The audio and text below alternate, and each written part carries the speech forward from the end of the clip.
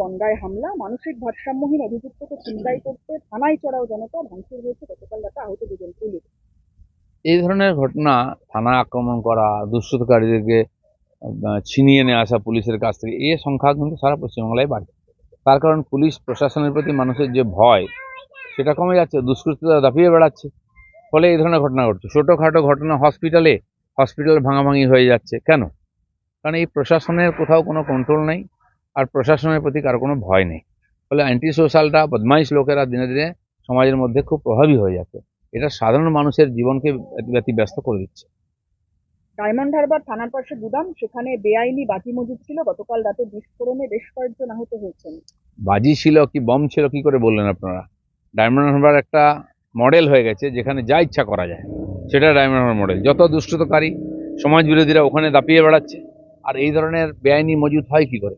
পশ্চিমবাংলায় যেখানে বিস্ফোরণ হয় বলা হয় বাজি ফেটেছে, কিন্তু বাজি ফাটলে বাড়িঘর উড়ে যায়, মানুষের হাত পা উড়ে যায়, ছিন্নভিন্ন হয়ে যায় ডজন ডজন লোক। এটা তো আমরা অন্য ভারতবর্ষ অন্য কোথাও দেখি না।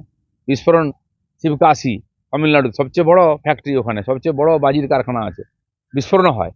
কিন্তু এই ধরনের অ্যাটম বোমের মতো বা জিলোটিন স্টিকের মতো বিস্ফোরণে বাড়িঘর উড়ে যাচ্ছে আমরা কোথাও দেখি। এটা কেন হয়? আর এটাকে চেপে দেওয়ার চেষ্টা হয়। আজ বঙ্গ সফরে আসছেন প্রধানমন্ত্রী, আমাদের যে তৃণমূল কংগ্রেস তারা কটাক্ষ করছে যে আসছেন যখন, কেন্দ্রের যে টাকা আটকে রেখেছে কেন্দ্র রাজ্যের, সেই টাকা ফিরিয়ে আনুন, সেই টাকা নিয়ে আসুন, পরিযায়ী হয়ে আসবেন না। প্রধানমন্ত্রী টাকা নিয়ে আসছেন না, পশ্চিমবাংলার মানুষকে মেসেজ দিতে আসছেন যে এই যে দুঃখ কষ্ট আপনাদের চলছে, এত অনিয়ম চলছে, আইন শৃঙ্খলার সমস্যা চলছে, এর থেকে মুক্তির একমাত্র বিজেপির হাত ধরে, মোদির হাত ধরে। এই মেসেজ এই জন্য লোকে অপেক্ষা করছে। আর টাকা যদি চাইতে হয়, হিসাব নিয়ে চুপচাপ যান দিল্লিতে, বসুন, হিসাব দিন, টাকা নিয়ে চলে আসুন, কেউ না বলবে না। হিসাব না দিয়ে টাকা চাওয়ার অধিকার আপনাদের নাই। বিকাশ ভবনের সামনে চাকরিহারা শিক্ষক শিক্ষিকা থেকে আরম্ভ করে গ্রুপ তারা প্রত্যেকেই গত 22 দিন ধরে মাটি কামড়ে লড়াই করছেন। আজ মুখ্যমন্ত্রীর দরবারে যাচ্ছেন শিক্ষক শিক্ষিকারা, তারা মুখ্যমন্ত্রীর সঙ্গে দেখা করতেছেন। দেখুন, একটা প্রবলেম আসে নতুন, পুরনো প্রবলেমকে আমরা ভুলে যাই, আপনারাও মিডিয়ার লোকেরাও ভুলে যান।